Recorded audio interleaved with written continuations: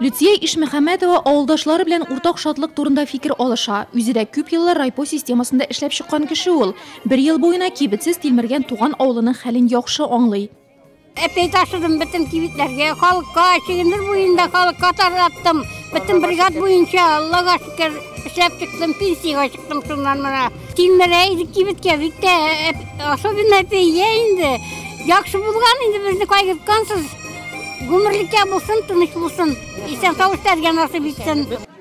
Бүген яңа кибеттә аның эшен кызы Гөлсинә дәвам итә. Модульле кибет тиз арада сафка баса. Нурлат районында авыл кибетләре республика программасы буенча төзелүче тәүге шундый объект бу.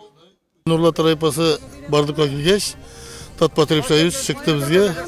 Нурлат райпасы бар, шунда шушы модульле кибетләр төзергә дигән не белән. Шуның белән программа төзелде. Безнең ерак авыллар бар, алардан да кереп булмый торган халыкка обязательно бу бик яхшы программа.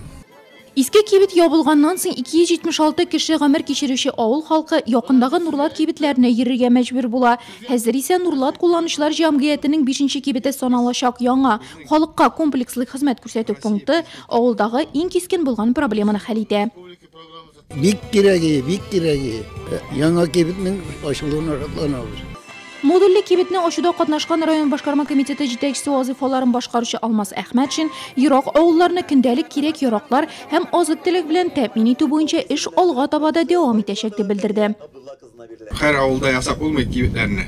Аның өчен акчасы да җитмәй, товарооборот да әзрәк була. Шуның белән автолавкалар да бирелә. Безнең районга да 2 автолавка бирелергә тиеш. Ераграк авылларга да барып җитәбез, атласа. Шишмәлләр шатлыгын бүген Татарстан Республикасы экология һәм табигый ресурслар министры да уртаклашты. Шундый бәйрәм белән сезне бөтенесен котлыйм. Шундый объектлар ачылып торсын Нурлат районында. Сезгә исәнлек, саулык, бәхет.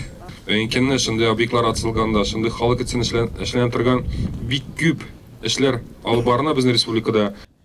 Авыл халкының рәхмәтен Фәния Байбулатова җиткерде. Авылда модульле ФАП эшли, чиста су программасы буенча су трассасы ясала, электр шелтәләре ремонтлана.